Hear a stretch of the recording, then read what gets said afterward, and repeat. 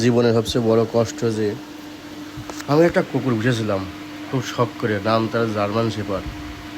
সে আমার গাড়ি বের করা দেখলে গাড়িতে না ওটা বন্ধ সে থাকতো না। তার নিয়ে আমি কতভাবে যে তাকে আমি মানুষ করেছি, সে তিল তিল করে লকডাউনের থেকে কিনে, প্রথম লকডাউন থেকে কিনে আমি তাকে মানুষ করেছি। দেখেন কীভাবে একটা দিন আসলে, ঝড় আসলে, সেই ঝড়ে আমার কুকুরটা মারা গেল। যেদিন মারা যায় সেদিনকে রাত্রি আমার খাটে পার উঠে আমাকে শুয়ে দেখলো, আমার মুখে তাকাইলো, কতক্ষণ তাকে দেখে দেখে দেখে চোখ দিয়ে জল বের করলো। আমি বুঝতে পারিনি সে মারা যাবে।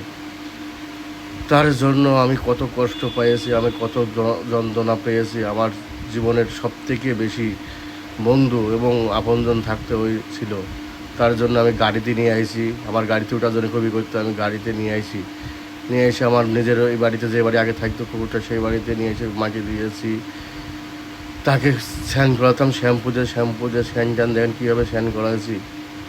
সব থেকে আমার থেকেও বেশি কষ্ট পেয়েছে আমার বাবা বেশি দেখাশোনা করতো এবং খাওয়াতো এবং স্নান করাতো। যখন আমার এই নৌকারি বাড়িতে থাকতো, আমি যখন রানাঘাটে বাড়ি নিয়ে গেছি তখন আমি করতাম এবং আমার বাড়ির সবাই করতো।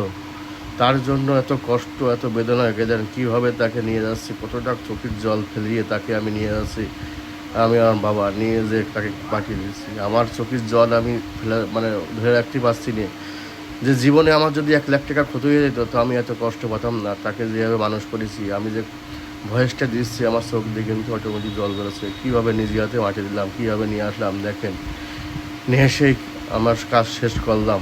বন্ধুরা ভালো থাকবেন, ওর জন্য আশীর্বাদ করবেন দু হাত তুলে।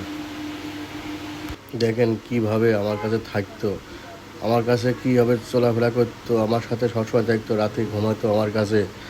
আমি যখন সকালবেলা না উঠতাম ও উঠতো না। আমি যখন বাড়ি আসতাম ও গেট ভেঙে দিত, তো গেট না খোলা পর্যন্ত। একবার গেট গুঁতে, একবার ওর বাড়িতে লোকের ডাকতো আমি এসছি। আমার জন্য খুব মিস করেছে, আমাকে খুব ভালোবাসতো।